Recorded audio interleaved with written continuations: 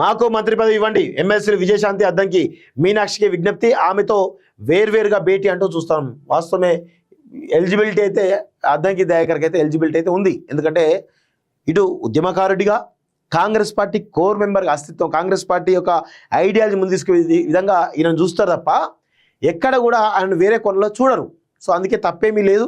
So Addanki దయాకర్కి మంత్రి పదవి ఇస్తే మంచిదే, ఇవ్వాల్సిందే. అలాంటి వాళ్ళకి ఇస్తే తెలంగాణ సమాజం మీద కొంత ప్రేమ ఉంటుంది. తెలంగాణ అస్తిత్వం కలిగిన వాళ్ళు వ్యక్తులు అవుతారు. ఇప్పుడు ఈ క్యాబినెట్లో ఎవరున్నారు? ఒక్కరన్నా తెలంగాణ ఉద్యమకారు ఉన్నాడా? తెలంగాణ ఉద్యమ ఫ్లేవర్ ఉన్నటువంటి ఒక్క ఉద్యమకారుడు ఉన్నారా? మీ పేర్లన్నీ చూద్దాం.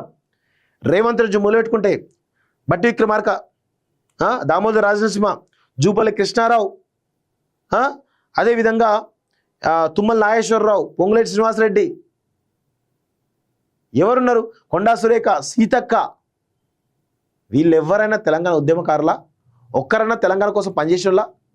మరి తెలంగాణ ఉద్యమకారులు ఎవరైతే తెలంగాణ ఫ్లేవర్ ఉన్న వాళ్ళు ఎవరైతే కనీసం కేసీఆర్ క్యాబినెట్లో అయినా ఆ కొప్పులేశ్వర్ లాంటి వాళ్ళు, లేకపోతే నిరంజన్ రెడ్డి లాంటి వాళ్ళు వాళ్ళ వీళ్ళు ఉండేది ఒక 40.